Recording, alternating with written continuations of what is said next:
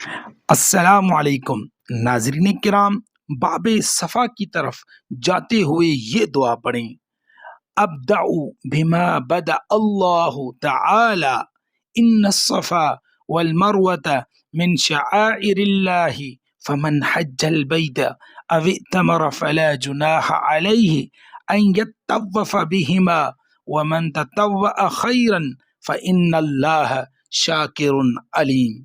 ترجمہ: میں ابتدا کرتا ہوں ساتھ اس کے جس کے ساتھ اللہ تعالی نے اپنے فرمان میں ابتدا کی ہے۔